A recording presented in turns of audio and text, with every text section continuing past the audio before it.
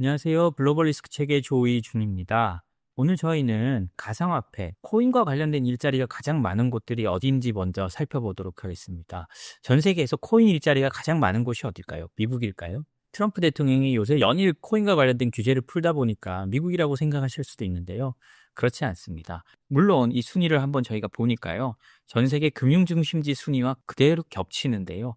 어찌됐든 참 부럽습니다. 금융중심지들이 코인의 중심지도 되면서 새로운 일자리 창출을 계속 일궈내고 있다는 건데요. 오늘 그 소식 한번 살펴보도록 하겠습니다. 암호화폐 컨설팅 회사 리걸바이슨에 따르면요. 싱가포르가 전 세계에서 가장 높은 암호화폐 고용 밀도를 보인 것으로 나타났다고 합니다. 이 암호화폐 고용 밀도라는 건요. 뭐 특별한 게 아닙니다. 인구 100만 명당 암호화폐 관련 일자리 수가 몇 개인지를 측정했다는 건데요. 싱가포르 경우에는요. 인구 100만 명당 68.68개 이 일자리로 1위를 차지했다고 합니다. 이는 다른 나라 2등을 차지한 룩셈부르크의 거의 2배에 가깝거든요. 룩셈부르크는 37.82개라고 합니다. 그러니까 거의 2배의 일자리를 싱가포르에서 창출하고 있는 겁니다. 싱가포르가요. 규제나 이런 신산업에 굉장히 선진적이고 공무원들이 적극적으로 움직이면서 이렇게 금융과 관련된 혹은 뭐 새로운 산업의 일자리가 확 늘어날 수 있는 기반을 가진 거거든요. 이런 모습은 참 저희가 부러운 모습입니다. 우리는 주저하고 세계가 어떻게 될지를 지켜보는 사이에 싱가포르 같은 뭐 아시아의 금융중심지, 뭐 사실 싱가포르는 뭐 아시아만의 금융중심지는 아니죠. 이런 데서 먼저 움직여서 일자리를 선점하고 있다는 건데요. 물론 뭐 우리라는 상황은 다릅니다. 우리는 제조업 중심 국가고 뭐 또 우리는 인구 5천만 명의 큰 국가다 보니까 도시국가인 싱가포르가 다르지만요. 어찌됐든 이런 싱가포르 같은 데가 먼저 움직이면서 일자리를 창출하고 있다는 겁니다. 금방 말씀드렸듯이요. 유럽의 금융중심지인 룩셈부르크가요. 37.82개로 2위에 올랐습니다. 리걸바이스는요. 싱가포르는 명확한 규제 체계와 지속적인 혁신 축으로 주요 암호화폐 기업을 끌어들이고 있다라고 평가하면서요. 2024년 2분기 기준으로만 10억 달러 규모의 암호화폐가 결제 처리됐다고 밝혔습니다. 그리고 룩셈부르크는 우리가 모두 알 수 있듯이 유럽의 금융중심지고요. 비스탬프, 빅플라이어 등 주요 암호화폐 기업들이 여기에 룩셈부르크에 있다고 합니다. 그리고 룩셈부르크는 세계 2위의 투자펀드 허브라는 점에서 암호화폐 인재 수요가 지속적으로 발생하고 있다고 하는데요. 3위는요. 예, 우리가 예상할 만한 나라입니다. 바로 홍콩입니다. 인구 100만 명당 28.45개의 일자리를 가지고 있고요. 중국의 통제 강화와 최근 규제 이슈에도 불구하고 아시아 시장을 겨냥한 지역 거점 역할을 유지하고 있습니다. 중국은요. 본토 안에서는 가상화폐를 굉장히 억누르고 하고 있지만 그 홍콩을 열어두고 이걸 통해서 가상화폐들을 모으고 가상화폐 관련 정책을 펴고 있거든요. 사실상 중국의 가상화폐 허브가 홍콩이라고 할 수 있는 겁니다. 4위는요. 예, 저희가 또 예상할 만한 곳입니다. 아랍에미리트입니다. 아랍에미리트는 중동의 금융 중심지죠. 두바이를 중심으로 한 핀테크 육성 전략이 암호화폐 산업에도 굉장히 긍정적으로 작용하고 있습니다. 예, 14.74개가 나오고 있고요. 5위도 우리가 예상할 만한 금융중심지입니다. 스위스고요. 인구 100만 명당 9.5개로 나타났습니다. 그 다음에는 아일랜드가 9.29개, 바레인이 8.38개, 네덜란드 6.44개 등으로 나타났는데요. 여기까지를 보면 거의 뭐 금융중심지들이죠. 뭐 미국이 여기 안 들어가는 이유는 제가 생각하기에는요. 미국에는 일자리가 많지만 100만 명당으로 따지면 미국의 인구가 워낙 많기 때문에 가상화폐 산업이 미국의 유의미한 정도의 일자리 창출을 못하기 때문에 여기 안 들어갔다는 거지 미국의 가상화폐 관련된 일자리가 없다는 건 아닐 겁니다. 근데 여기 리걸바이슨이라는 데서 말하는 걸 우리가 좀 잘 살펴볼 필요가 있는데요. 이 같은 결과를 가지고 어떻게 해석했냐면 명확한 규제 프레임워크가 암호화폐 일자리 창출에 중요한 영향을 미친다고 분석했다고 합니다. 암호화폐를 어떻게 규제하고 그리고 어떤 시스템에 따라 담을까만으로도 일자리 창출이 되는 게 이 산업이란 말이죠. 그리고 싱가포르, 룩셈부르크, 홍콩 등 상위 국가들은 정부 지원과 기존 금융 인프라를 함께 갖추고 있고 거기에 대해서 이 규제를 기존 규제와 통합해 나가면서 일자리를 만들고 있다는 겁니다. 그러면서 뭐 지적하기로는요, 이 점점 암호화폐와 기존 금융 같은 게 뭐 융합되고 규제 환경이 복잡해지니까 여기에 대한 전문가들을 길러내는 게 필요하다라고 답을 했다고 하네요. 이번 조사는요, 규제 투명성과 정부의 정책이 암호화폐 산업의 인재 유치와 고용 창출의 핵심적 요소임을 보여줍니다. 싱가포르 사례는요, 명확한 법적 기준과 친시장적 접근이 어떻게 일자리를 창출할 수 있는지 보여주고 있는데요. 물론 우리나라나 다른 국가들의 정책 방향을 어떻게 만들어야 될까에 대한 중요한 참고 자료가 될 것 같습니다.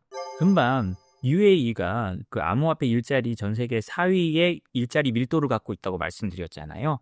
또 그 관련된 소식입니다. 리플이요, 두바이 진출을 본격화하고 있다고 합니다. 두바이를 비롯한 UAE 규제 당국은요, 이런 코인 산업 이런 걸 잘 규제하기 위해서 새로운 암호화폐 규제집까지 발표했다고 하는데요. 그 소식 이어서 보도록 하겠습니다. 암호화폐 기업인 리플이요, 지난 19일 두바이 시간입니다. 두바이 금융서비스청으로부터 결제 서비스 라이선스를 취득하고 UAE의 잔드뱅크 그리고 핀테크 스타트업인 마모와의 신규 파트너십을 체결했다고 합니다. 그래서 리플은 어떤 서비스를 두바이에서 제공하느냐?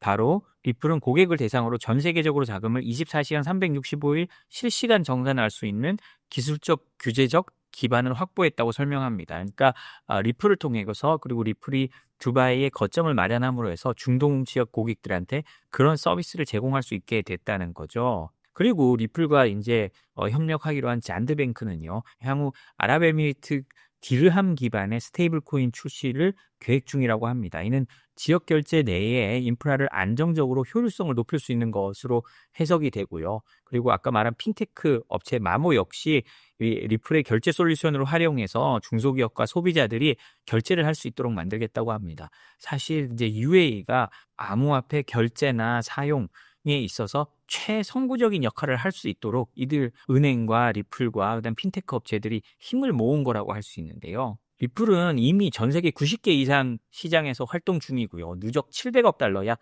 97조 원 이상의 거래를 처리했다고 합니다. 물론 이 97조 원이요, 전 세계 거래가 규모가 뭐 우리가 상상할 수 있는 이상이니까 이게 어마어마하게 크다고는 말씀을 못 드립니다. 그렇지만 이미 미국, 브라질, 멕시코, 호주, 스위스, 그리고 이번 두바이 등에서 이제 이렇게 결제 시스템들이 돌아가기 시작하면 이게 어느 순간 한계를 뛰어넘어서 폭발적인 성장을 할 가능성이 있잖아요.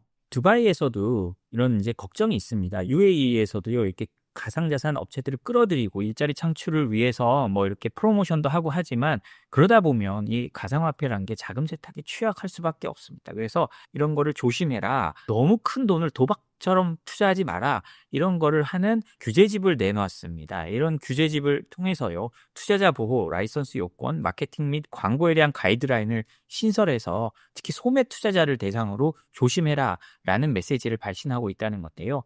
이건요, UAE가 그 가상화폐 투자 유치 그리고 가상화폐 허브가 됨과 동시에 규제도 함께 끌어올리겠다는 뜻으로 보입니다. 그래서 우리는 항상 생각을 해야 되는데 가상화폐가 활성화되는 만큼 그에 맞춰서 규제도 점점 더 빡빡해질 거란, 이걸 잊어서는 안 됩니다. 그리고 좀 전에 소개시켜 드렸듯이 홍콩이 인구 100만 명당 암호화폐 관련 종사자 수가 전 세계 3위입니다. 그만큼 홍콩도 암호화폐 중심지라고 할 수 있는데요. 그러다 보니 암호화폐를 통한 돈 세탁도 굉장히 많이 일어나고 있습니다.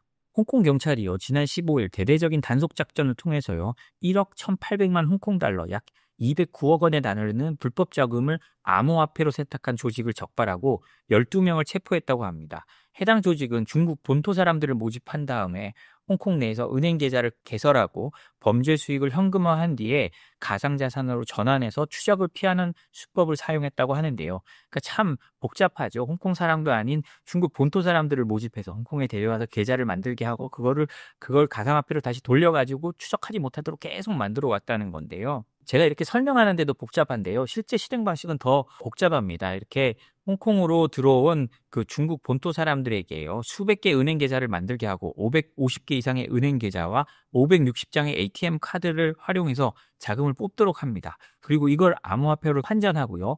그리고 다시 어떻게 하느냐, 홍콩에 가보시면 침사추이라고 있습니다. 거기가 뭐 온갖 환전소부터 다 있죠. 그런 환전소를 통해서 가상자산 환전소에서 브로커를 통해서 비공식적으로 암호화폐를 전환하고 한 다음에 그걸 다시 옮겨서 그걸 나중에 또 다른 비공식 환전소에서 현금으로 하는, 이런 방식으로 그 자금 세탁을 했다는 건데요.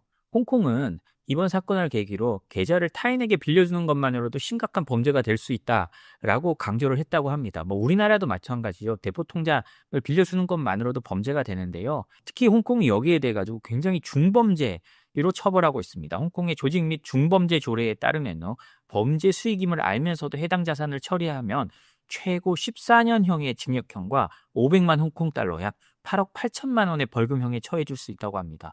그러니까요. 계좌 한번 잘못 빌려주고 범죄인 걸 알면서도요. 에이, 이거 난 모른 척 할래 하고 계좌를 빌려줬다간 홍콩에선 징역 14년까지 맞을 수 있다는 겁니다. 이거는 사실 세계 금융중심지들을 보면 금융중심지 역할을 유지하기 위해서 화이트 칼라 범죄에 대해서 굉장히 엄격하게 대응하고 있거든요. 그런 모습을 여기서 그대로 볼 수 있습니다. 마지막으로는요. 자금세탁 방지기구와 인터폴 그리고 유엔이요. 자금세탁 퇴치 공동선언을 했다는 겁니다. 근데 저는 이 뭐 공동선언이야 그냥 하는 말일 수 있는데 여기서 이들의 성명에 나오는 몇 가지 문구가 우리가 꼭 유념해야 될 거라고 생각이 들거든요.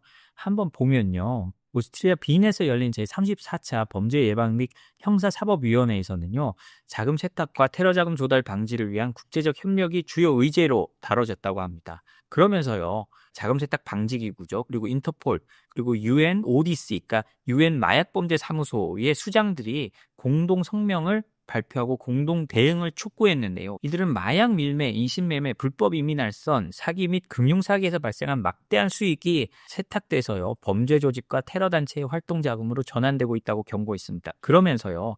세탁된 모든 달러 뒤에는 파괴된 가정, 희생된 생명, 상처 입은 공동체가 있다라고 말을 했습니다. 제가 이 자금 세탁이나 제재 관련된 뉴스를 전하면서도 늘 느끼는 건데요. 물론 제재는 조금 정치적인 목적이 있습니다만 우크라이나 전쟁에서 보듯이 전쟁을 일으킨 쪽을 벌 주려는 면도 있습니다. 제재 위반을 해서 돈을 벌 수는 있지만 우리가 그 제재 위반을 한 것은 그로 인해 러시아 병사, 우크라이나 병사 그 누가 그로 인해 희생에 당해서 죽을 수가 있는 겁니다. 그래서 저는 이 자금 세탁이나 제재를 단순히 법률에 의한 범죄 라기보다는요, 좀 도덕적 문제도 굉장히 들어가 있다고 생각됩니다. 우리가 이 자금 세탁을 고의적으로 혹은 모르고 도와줄 수도 있지만 그로 인해서 여기서 유엔이 말한 것처럼 가정이 파괴되고 생명이 희생되고 공동체가 상처 입게 되는 겁니다. 이런 부분에 대응하는 것이 단순히 범죄를 막기 위한 것이 아니라 도덕적으로나 우리 공동체를 살리는데 꼭 필요하기 때문입니다. 그리고요. 또 중요한 게 만약에 세탁된 자금이 있으면 돈을 환수해야 되잖아요. 근데 이걸 제가 뭐 한번 전해드린 바 있듯이 환수하기가 너무 어렵습니다. 자금 세탁이 되고 나면 그 돈이 어디로 갔는지 몰라요. 실제로 자금 세탁 방지기구가 자산 환수 이행 수준을 평가한 결과 약 80%가 낮거나 보통 수준의 효과성을 보이고 있다고 발표했습니다. 그리고 실제로 회수할 수 있는 돈은 약 2%밖에 안 된대요. 그러니까 범죄가 저질러지고 그 돈이 자금 세탁통에 빠져나가면 실제로 환수하는 건 거의 불가능하다는 말입니다. 그래서 인터폴은요, 최근에 자산 추적과 회수를 위한 새로운 수단으로요, 실버 수배령이란 걸 도입했는데요. 이는 범죄 자산에 대한 국제 협조 요청을 빠르고 효과적으로 수행할 수 있도록 고안됐습니다. 그 어떤 수배령보다 이 실버 수배령이 우선하고 먼저 내려간다는 겁니다. 그래서 현재 51개국이 해당 파일럿 프로그램에 참여하면서 실질적 정보 교환을 시작했고요. 그 국경을 초월한 자산 추적의 새로운 기준이 될 것으로 기대한다고 했다고 합니다. 자금 세탁이요, 이제 한 나라에서만 이루어지는 게 아니라 국경을 넘어서 이루어지다 보니까 이렇게 전 세계가 글로벌리 모여가지고 함께 추적해야 그나마 어느 정도 효과를 거둘 수 있다는 거죠. 이번 고위급 회의는요, 자금 세탁과 테러 자금 조달이 단순한 금융 범죄를 넘어서요, 그 인도주의와 글로벌 안보에 직접적인 영향을 미친다는 점을 분명히 한 데서 의의가 있습니다. 뭐 이런 공동 선언이야 사실은 뭐 어떻게 실행되느냐에 따라 달렸지 선언 자체가 뭐 어떤 큰 실행력을 보이는 건 아닙니다만 여기서 말한 것처럼 진짜 우리가 자금 세탁이나 제재 위반 이런 것들은 한 사람의 생명 아니면 한 가족, 한 국가의 많은 생명을 희생시키는 거고요. 그리고 공동체를 무너뜨리는 일이란 걸 저희가 잊지 않아야 할 것 같습니다. 네, 오늘 저희가 준비한 소식은 여기까지입니다. 저희 소식이 도움이 되셨다면 구독, 좋아요, 알림 설정 부탁드리겠습니다. 감사합니다.